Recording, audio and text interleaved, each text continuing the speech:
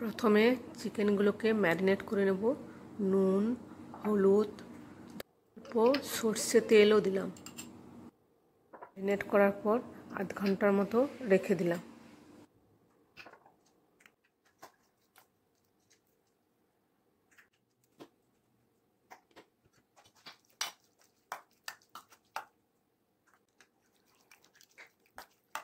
আলুগুলো এবার খোসা ছাড়িয়ে ছোট ছোট টুকরো করে কেটে নিলাম।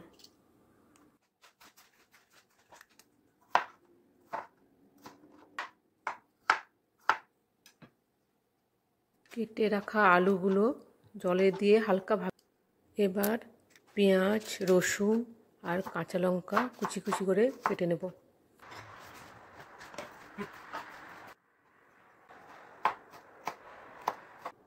কড়াইতে তেল দিয়ে ওই ভাপানো আলুগুলো হালকা ভেজে নেব।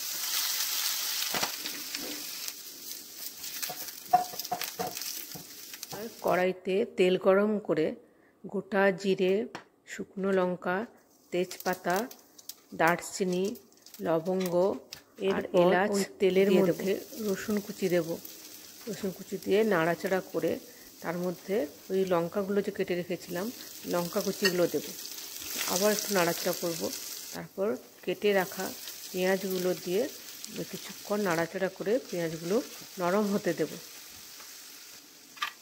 এবার পরিমাণ মতো নুন, এবার পরপর গুঁড়ো মশলাগুলো দিয়ে দেবো। হলুদের গুঁড়ো ফার্স্টে দেবো, তারপর দেবো ধনে গুঁড়ো, তারপরে দেবো জিরে গুঁড়ো, এরপর দেবো আদার গুঁড়ো,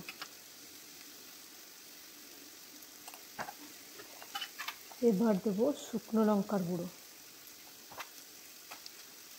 এবার কুচি করা টমেটোগুলো দিয়ে নাড়তে থাকবো। এরপর দেবো সামান্য চিনি।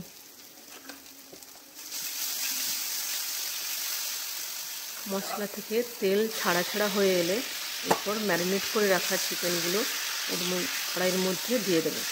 দিয়ে ভালো করে নাড়তে থাকবো।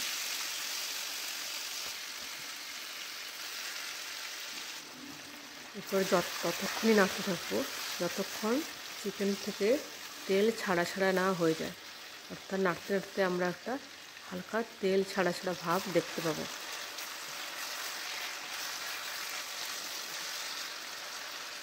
চিকেনটা ভালো করে কষানো হয়ে গেলে ভেজে রাখা যে আলুগুলো ছিল ওগুলো দিয়ে দেবো। তারপর নাড়াচাড়া করে পরিমাণ মতো জল দিয়ে আমরা একটু ঢাকা দিয়ে দেবো।